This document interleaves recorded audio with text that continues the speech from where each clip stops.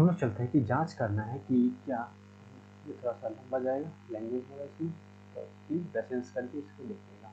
आपको बहुत फायदा होने वाला है। बोल रहा है कि जांच कीजिए कि क्या किसी प्राकृतिक संख्या n के लिए 6n² पर 0 पर समाप्त हो सकती है या नहीं। ठीक है, तो हम लोग देखेंगे कि यदि, तो इसको हम लोग लिखेंगे, लैंग्वेज लिखना है कि यदि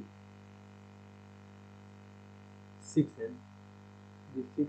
जहाँ n एक प्राकृतिक संख्या है, जहाँ n एक प्राकृतिक संख्या है, n एक प्राकृतिक संख्या है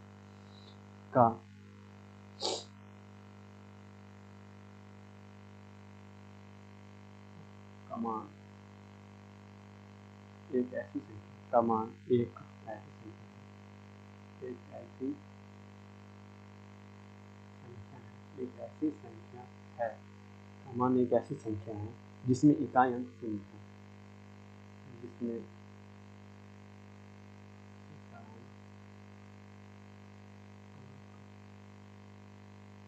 वो शून्य हमें देखना है। ठीक है,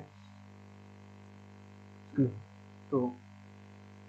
6 का पावर n 5 से विभाज्य होगा, 5 से विभाज्य, ये हमें देखना है, 5 से क्या होगा, विभाज्य होगा। ठीक है, तो यहाँ हम देखेंगे क्या कि 6 पावर n बराबर क्या होता है, 2 गुने 3 का पावर। ठीक है, इससे स्पष्ट होता है कि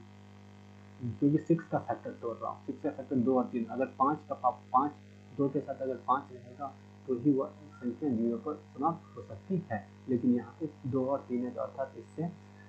स्पष्ट होता है कि, इससे स्पष्ट होता है कि 6 का पावर n के 2 और 3 के अतिरिक्त और कोई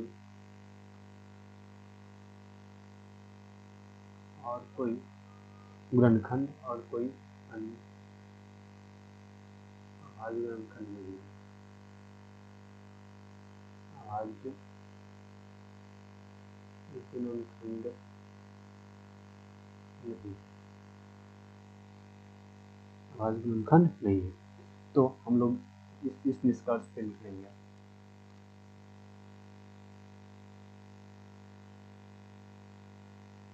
तो हम लोग इस निष्कर्ष पे निकलेंगे, निष्कर्ष हमारा क्या निकलेगा,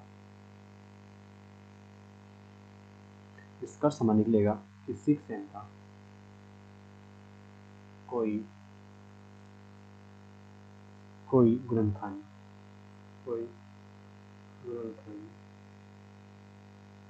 5 नहीं हो सकता, 5 नहीं हो सकता है, 5 नहीं हो सकता है। ठीक है, तो 6 का पावर n अंक शून्य पर समाप्त नहीं,